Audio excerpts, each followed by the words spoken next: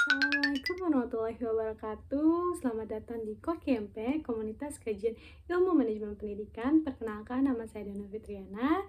Saya adalah mahasiswi Manajemen Pendidikan 2020A.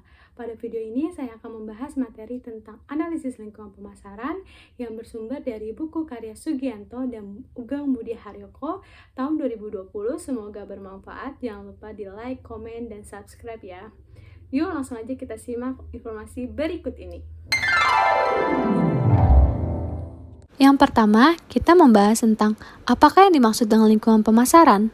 Menurut Philip Kotler, lingkungan pemasaran adalah semua proses dan manajerial di mana individu dan kelompok mendapatkan kebutuhan dan keinginan mereka dengan menciptakan, menawarkan, dan bertukar sesuatu yang bernilai satu sama lain. Lingkungan pemasaran adalah lingkungan perusahaan yang terdiri dari pelaku dan kekuatan di luar pemasaran yang mempengaruhi kemampuan manajemen pemasaran untuk membangun dan mempertahankan hubungan yang berhasil dengan pelanggan sebagai sasarannya. Selanjutnya, pembagian lingkungan pemasaran yang dibagi menjadi dua, yaitu lingkungan makro dan lingkungan mikro. Selanjutnya, kita bicara tentang lingkungan mikro.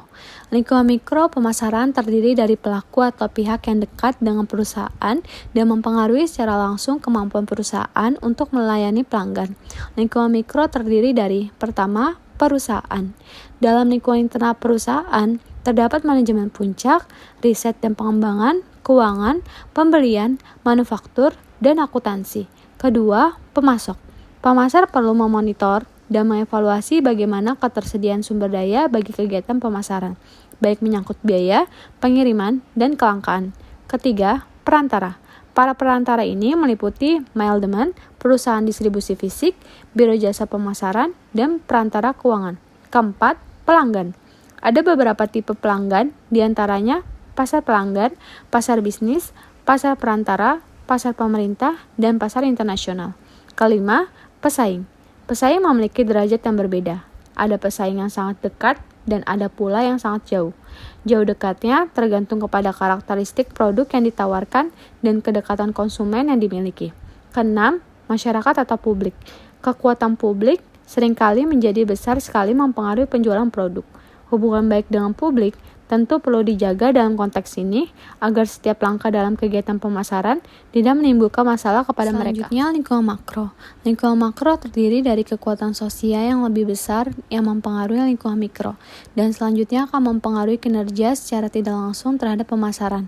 Lingkungan makro terdiri dari, pertama, demografi, berisikan tentang data kependudukan beserta karakteristik distribusinya.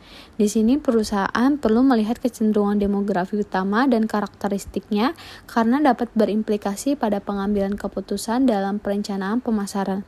Kedua, ekonomi.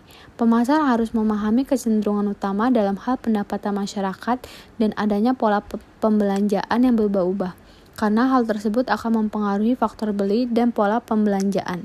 Ketiga, alam. Pemasar harus mengamati kekurangan bahan baku, meningkatnya biaya energi, dan tingkat populasi yang tinggi. Keempat, teknologi. Pemasar harus memperhatikan kecenderungan lingkungan teknologi, peluang, anggaran, dan lain-lain. Karena lingkungan teknologi terdiri dari berbagai kekuatan yang dipengaruhi oleh teknologi baru, menciptakan produk, dan berbagai peluang pasar. Kelima, politik.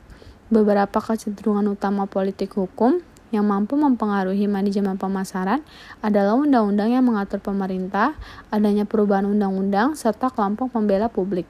Keenam, budaya. Lingkungan ini terdiri dari lembaga-lembaga dan kekuatan lain yang mempengaruhi nilai dasar, persepsi, preferensi, dan perilaku masyarakat setempat. Berikut merupakan sumber-sumber materi yang saya gunakan dalam video ini.